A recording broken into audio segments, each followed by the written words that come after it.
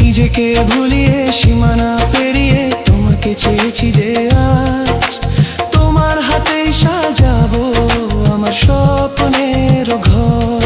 আমি তোমার প্রেমে পড়ে দুনিয়া ভুলে গেছি।